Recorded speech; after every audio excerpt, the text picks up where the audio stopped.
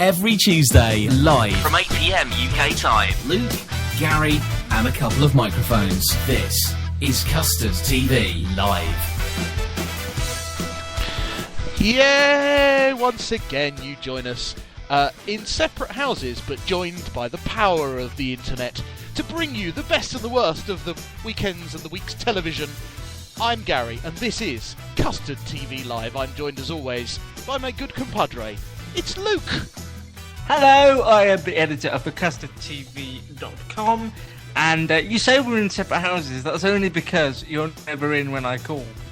Well, there's a reason. If you for would that. answer the door occasionally. Well, I've told you that you need an appointment, like everyone else. You know, no one gets in without an appointment. So, if you could, I wish you'd stop leaving apple pies on the windowsills, though. That's what's tempting me in. What's terrible is I've got an apple in... No. Ladies and gentlemen, you join us as each week as we talk about the best and worst of what is on the box. You can get in contact with either Luke or I through Twitter. Let me tell you how you can do that by pressing this button right here. Follow us on Twitter at Luke Custard TV and at The Gary Show. There you are. That's those two Twitter mentions. As we said, talking about the best and worst on this week's TV, we've put a little bit of a Twitter question out there. Love to get your questions and your feelings on this one. Basically, Bruce is stepping back from Strictly Come Dancing. Just for a week. Only for a week. Take any less than that. Things would fall. The infrastructure of Great Britain would fall apart. Do you think there'd be a major collapse? But what we want to know is recession all over again. when the day does come that when Bruce, that's his name, that bloke with the chin, hangs up his dancing boots and says, "No, I can't do anymore." Hangs up his chin, yeah, on the cupboard.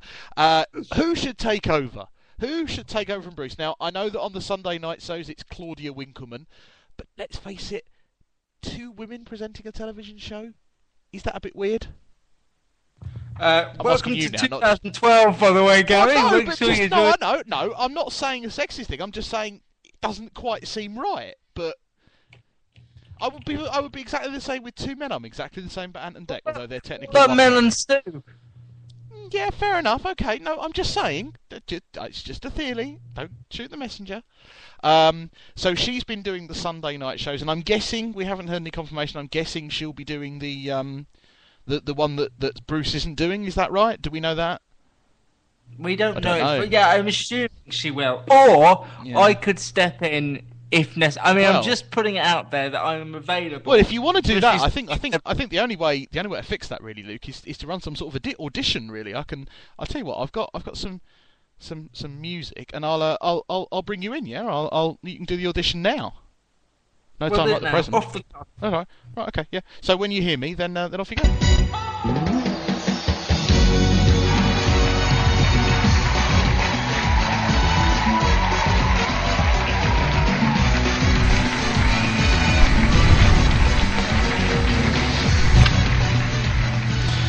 And now on BBC One, it's over to Television Centre, where we're joined by Luke.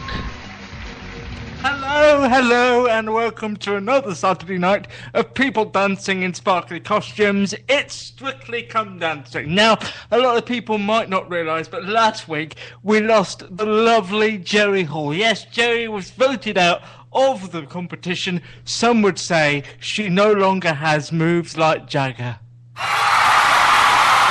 That's where the audience would fall apart, you see, because that's a reference to who her ex-husband was. And Maroon 5 have got a song out. It's called Moves Like Jagger. So she was dancing. That's what moves means. So if she was moving, but she wasn't moving. Hold on. No, you haven't explained the joke. Bruce needs to explain the joke. I don't think Bruce needs to.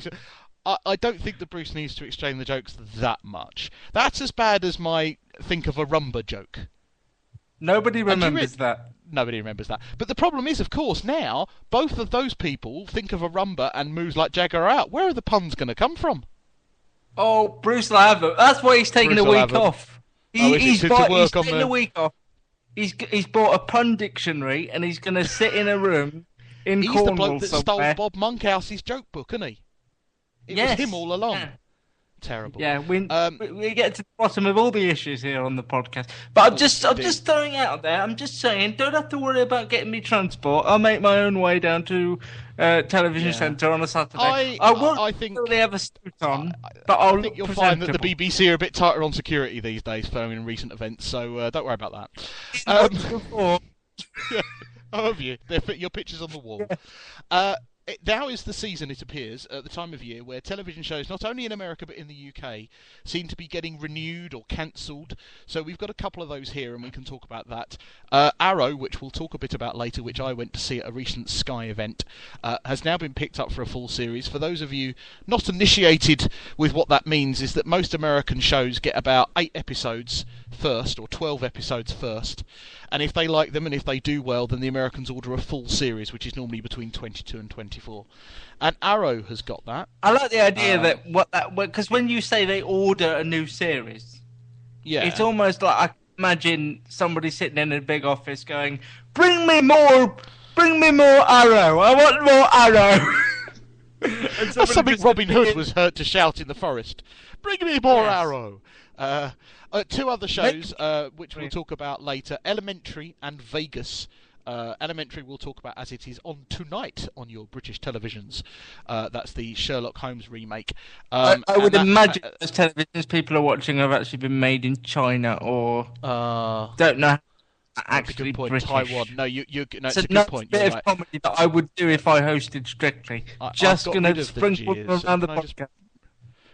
Can you not? No? Oh, okay. No, it's fine. No, carry on. No, do keep with the comedy. And the big heavy hitter that's been renewed this week in the US is Homeland. So as we're only just in the first few episodes of Series 2, we can confirm that Series 3 not only has been renewed in America, but will be showing on Channel 4 in the UK, which I think is really good. As much as we love Sky, we don't like them nicking good drama all the time. We like channels to keep what they've got, don't we? No? Well, yeah, and I think it'd be daft for Channel 4 to say no to this. It's done really well. Yeah. What was the last Channel 4 Sunday night drama? I can't think of one, genuinely. And Homeland, it might not be to my taste. They did used to show Desperate Housewives on a Sunday night, but it was a lot earlier. I think it was sort of 8 o'clock. Well, this is on at 10. This is on at 9, isn't it? It goes up against Downton. So... Yeah, which again, I said it last week, smart idea, because the Downton audience isn't a Homeland audience. That's perfectly true. I would wager that, Gary. I would wager that. I would put money on the fact. How much money would you put on that? £10, £20, £50? Your British pounds on that. Blimey, that's quite a lot. Some UK news. Time Team has been cancelled by Channel 4. I wasn't sure that Time Team was still even going on. Does it now live on More 4 continuously? Is that what happens now?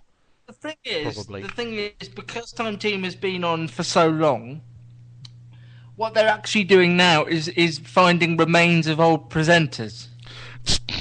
They're going to dig up Tony Robinson.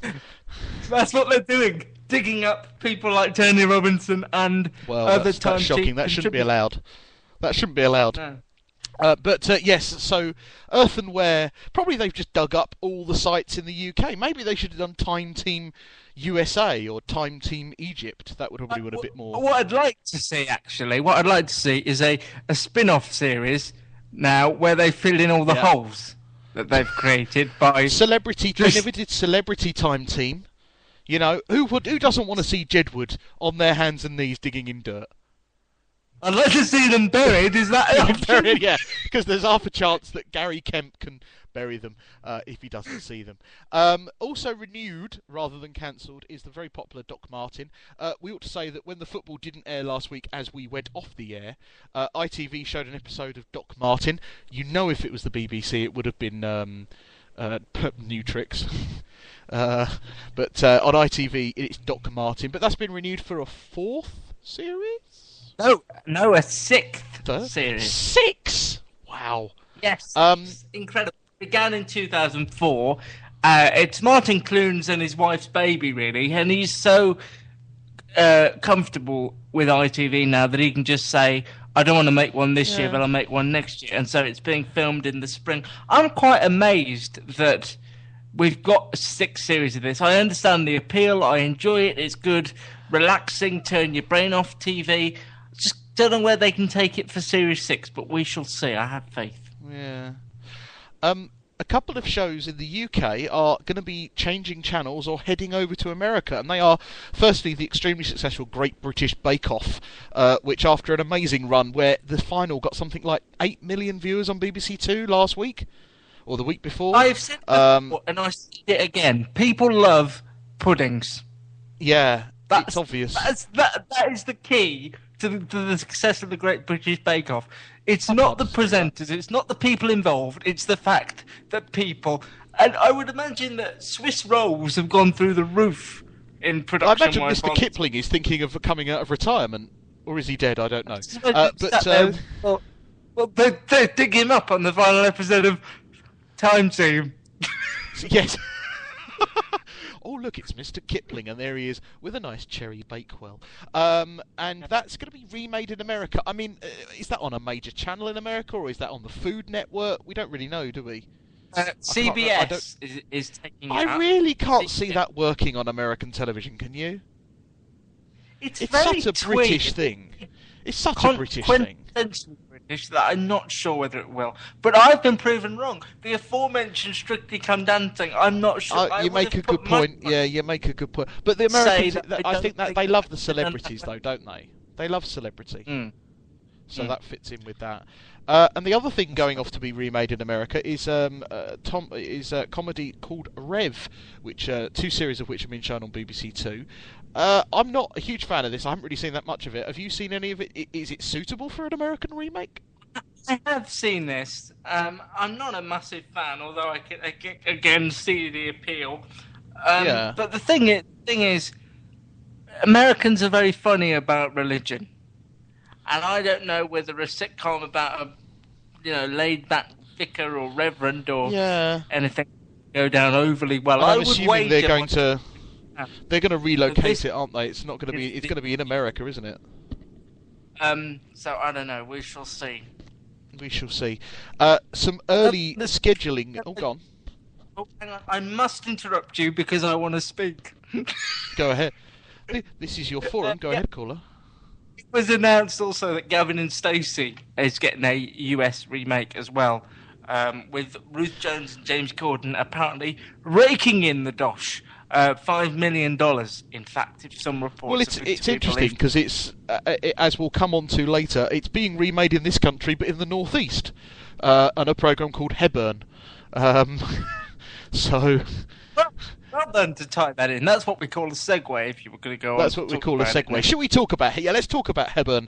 BBC Two last Thursday at about 10 o'clock. Northeast drama starring Vic Reeves, but actually using his real name, Jim Moore, and Gina McKee, who was previously in... What was she in recently? She was in Line of Duty. She was. I got the name right, and I didn't get the show right. How's that? That's a new one on you. It's 1 out of 3 up. 2 out of 3 in bad, or whatever the meatloaf would say. What did you think of Hebburn, Luke? Do you know what? I quite liked Hebburn in in an easy, relaxing, genuinely. I mean, it wasn't belly laugh funny, but I was interested about the characters. I could relate to them. I liked the family dynamic. It wasn't too over the top. It didn't rely on constant bad language like some comedies tend to do nowadays. And it seemed genuinely sweet without being sickly. It had its moments. There were some sort of comedic moments, but as you say, there were no huge belly laughs. My only concern is it seemed very stereotypical. You know, there was the nan in the wheelchair who was elderly. There was the sister who was a bit of a tart. There was the lads in the street, who, and there was the. But I liked the character of the singer in the club. In the pub, I thought he was very good. The fact that he sang in a very American voice and it went way, that was quite good. And I thought Vic Reeves was pretty good. And I was he was the most low-key I've ever seen Vic Reeves in anything. He was even the most... I'm a Celebrity. Down to earth. Well, in I'm a Celebrity, I barely noticed him. But in this, I think he was really genuine and really, I was quite moved by the scene where he sits everyone down and says, "I need your help, son." Yeah, actually, that was genuine. That seemed really genuine. I mean, it was The problem is there are going to be comparisons to Gavin and Stacey. It's a new couple who